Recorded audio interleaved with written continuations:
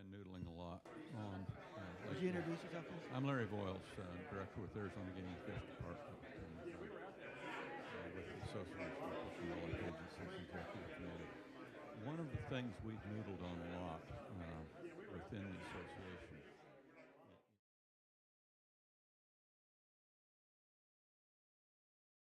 This particular project is based in the longleaf forests of the southeast United States, and we're looking to develop innovative financing mechanisms to engage landowners to try to prevent additional species from being listed under the Endangered Species Act. And what we're trying to do is utilize market-based mechanisms to connect those who have incentives to preclude the need to list with those who can provide positive conservation outcomes on the ground to prevent that from happening.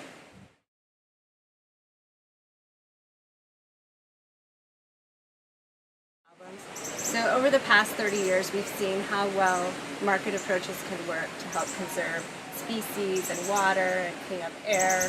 And so that's why this approach, and that's why we're part of this conservation leadership team, is to say, hey, there's other ideas out there. Sure, the Endangered Species Act has worked to a certain extent, but we really want to see if we can do better and sort of work on species conservation upstream before the species get put on the Endangered Species Act.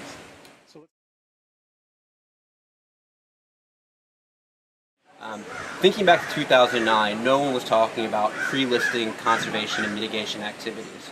Now it's one of the hottest topics at the Fish and Wildlife leadership level.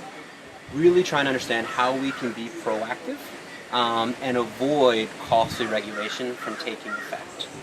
Really thinking how market-based approaches, not an end-all be-all, but can be a complementary approach to more traditional farm bill pet programs.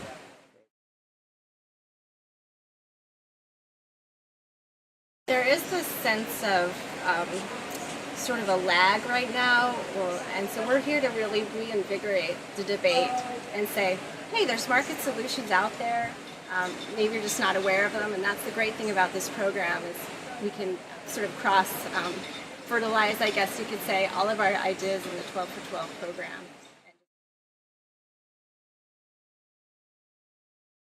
Yeah, if it's done right, we can build from the regulation. Even the Endangered Species Act, they're starting to build incentives into the Act. With the second generation of the Act, they start to introduce safe harbor agreements, for example, that start to get the incentive structures right.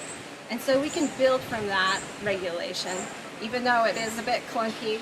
And we can build from that and create new markets for candidate species, for example, before they get on the endangered species list and when we can more efficiently help that species survive.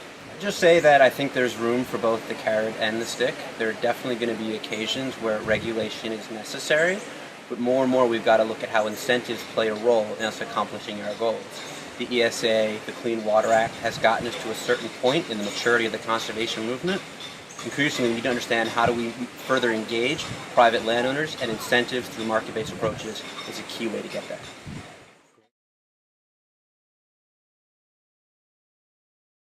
It's a bit frustrating because a lot of times people see how well markets work in other venues, right? Markets work really well to reduce cars and iPads and all that kind of stuff. But as soon as they start thinking about the environment, they think, well, how can a market work to create environmental quality?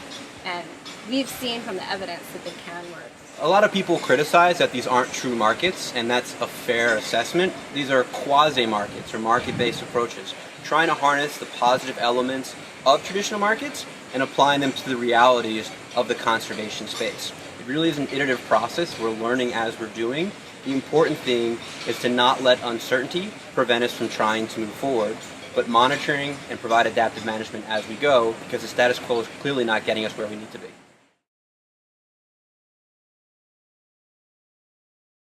I think this initiative comes at a perfect time, in a time of fiscal austerity.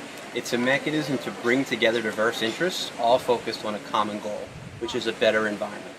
And really looking at how these different approaches complement each other, and realizing there's never going to be too many tools to try to create new solutions for conservation.